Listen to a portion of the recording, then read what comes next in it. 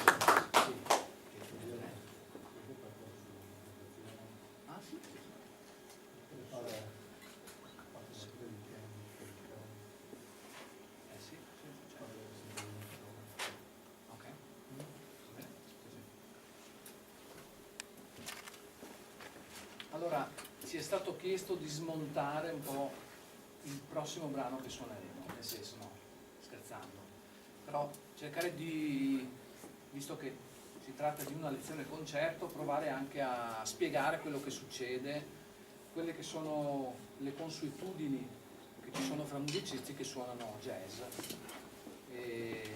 Tra l'altro questo mi dà l'occasione anche di dire una cosa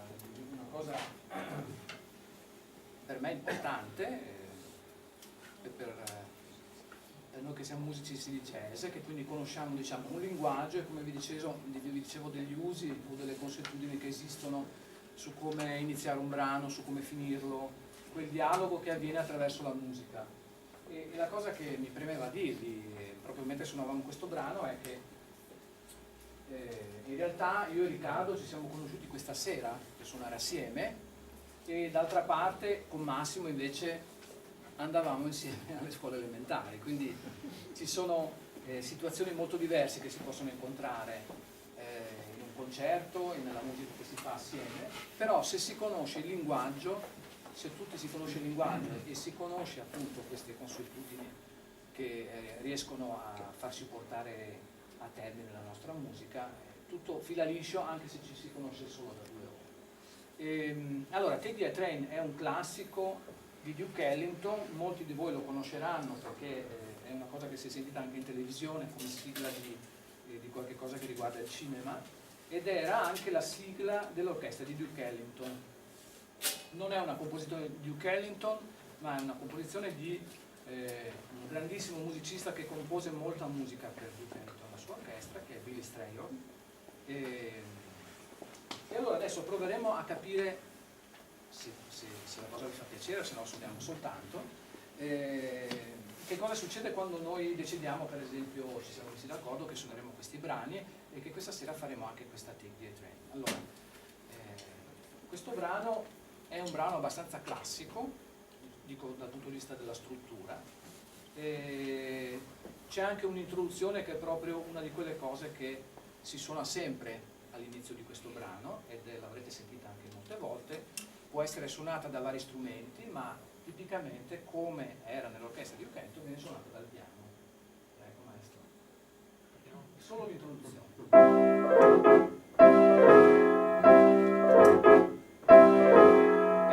Questo serve a dare il là, diciamo, al pezzo, ma soprattutto serve anche a darne la velocità con cui noi partiremo.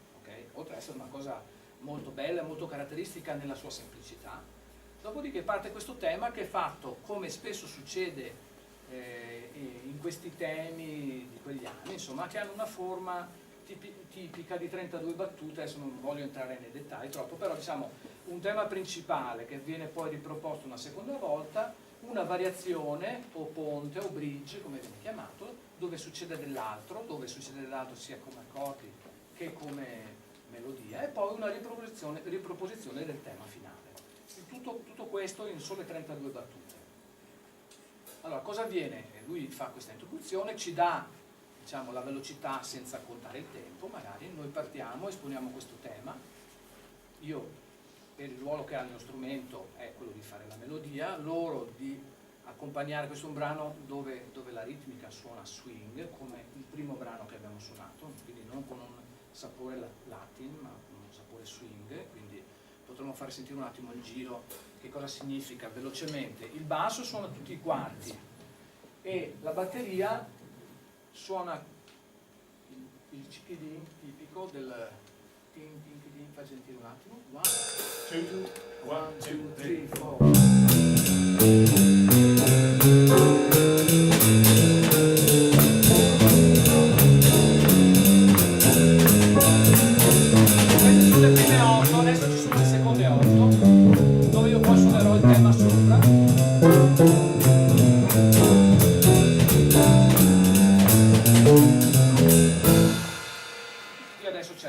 Di altre 8 battute e poi di nuovo la riproposizione del tema finale. Che cosa avviene quando abbiamo finito di esporre il tema? Succede che su queste 32 battute, su questo giro armonico di 32 battute, a turno noi faremo una variazione, quella che si chiama un'improvvisazione, che è una delle caratteristiche fondamentali di questa musica, il fatto che ci sia l'improvvisazione. L'improvvisazione nasce come una variazione del tema che io suonerò, ma può essere così variato il tema che magari non si riconosce, e in questa variazione il solista tiene presente sicuramente il tema, ma anche che accordi verranno suonati o in teoria ci sono sotto a questa melodia. Dopodiché, quando io avrò fatto la mia variazione, sperando di comunicare quando sto finendo bene la mia variazione, la passerò, la palla la passerò al pianista, che farà anche lui il suo assolo, e poi il suo assolo farà anche il contrabbasso o il basso elettrico in questo caso dopodiché eventualmente, come abbiamo fatto nel primo brano, ci sono gli scambi con la batteria. Che cosa abbiamo fatto? Sempre sul giro che si continua a ripetere, 4 battute le suonava il solista, che potevo essere io o il pianoforte, e 4 battute con tutta la band, e 4 battute rispondeva la batteria. Così ti scambi con la batteria. Dopodiché riproposizione del tema finale. Qui forse non succederà che faremo gli scambi, perché c'è un'altra consuetudine oltre all'introduzione in questo pezzo, ma è di suonare, almeno per me succede spesso così, di suonare lo special che suona proprio l'orchestra di Duke Ellington, naturalmente ridotto in formazione di quartetto, e cioè uno special anche lì molto semplice, che di solito si suona prima dell'esposizione del tema finale e che può eventualmente fare da lancio per un solo di batteria nelle seconde 4 battute. Adesso però non voglio parlare troppo, ma così per farvi un po' la mappa di quello che succederà. Allora proviamo a suonare, magari anche mentre suoniamo proviamo a dirvi che cosa sta succedendo. Okay?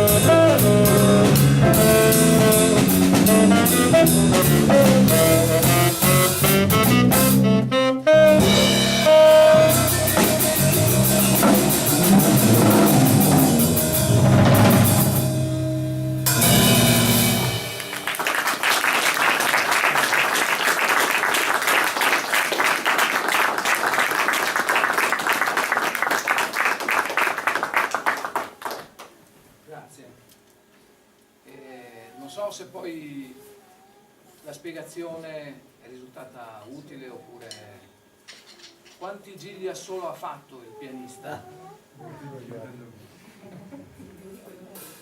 Di più. Io ne ho fatto uno solo di 32 battute e lui 2, ma non perché io devo vedere qualcosa, per vedere se eravate stati attenti.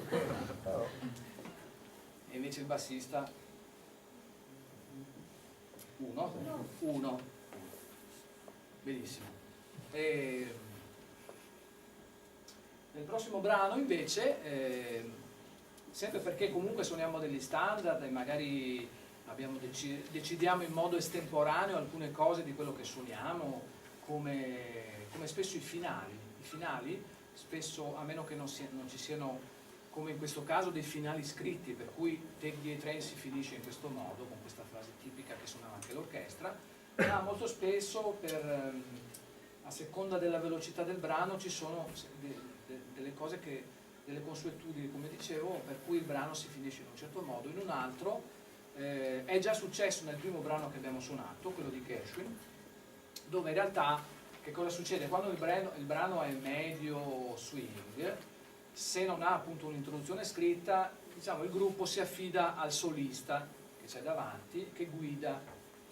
Esposto il tema finale, si entra in una zona che noi chiamiamo turnaround, cioè un giro di accordi intorno alla tonica, comunque un giro di accordi semplice che rimane sempre lì, dove eventualmente il solista, se ha tanta voglia di esprimersi, può fare anche un altro assolo lungo come quello di prima, se non di più, e però lui guida la situazione. Loro, senza tante tensioni, devono stare ad ascoltare quello che sta succedendo e dove li porterà questo solista. Allora ci sono anche lì delle frasi tipiche che segnalano che io andrò a finire il brano. Allora io queste frasi a un certo punto del mio assolo su questo turnaround, che quindi è questa cosa che va avanti, non si sa quanto durerà, a un certo punto io do dei segnali con delle frasi, come dire ragazzi stiamo per finire, e di solito do un primo accenno, come dire stiamo per finire, e poi lo ripeto. Nel momento in cui lo ripeto loro sanno che andremo a finire il brano, infatti quello è successo prima, insomma. Quindi sono quelle cose che appunto si decidono suonando e comunicando con la musica, e forse è anche bene che sia così, nel senso che quel finale di prima è stato anche bello secondo me, no? Nel senso ha funzionato tutto. C'è il rischio che se magari ti metti d'accordo di fare delle robe magari un po' più complicate eccetera, che non ci sia la spontaneità di un finale che tutti quanti noi abbiamo sentito migliaia di volte nei dischi di jazz, no? Però stavo perdendo il filo adesso, poi non voglio parlare troppo. Il prossimo brano è un altro bellissimo standard, leggermente più triste di questo che abbiamo suonato, che è Beautiful Love. E allora per cambiare sonorità e cambiare, anche se siamo solamente in 4, però si possono comunque cambiare le sonorità nella proposta musicale, anche semplicemente chiedendo a Federico di esporre il tema del brano. E quindi il tema che è fatto sempre di 32 battute sarà esposto nella prima metà da Federico, dal nostro bassista, e poi mi aggiungerò io e faremo una specie di contrappunto, non scritto, però diciamo cosa succede? Io farò il tema quando lui finisce di fare il tema e lui girerà intorno a questo tema che io farò, e alla fine dell'esposizione del tema entreranno tutti. Okay? Quindi così cambiamo la sonorità della nostra proposta musicale di un brano che poteva magari essere eventualmente simile ad altri, ma decidiamo di cambiare proprio il suono di quello che proponiamo facendo fare il tema al basso. Vai.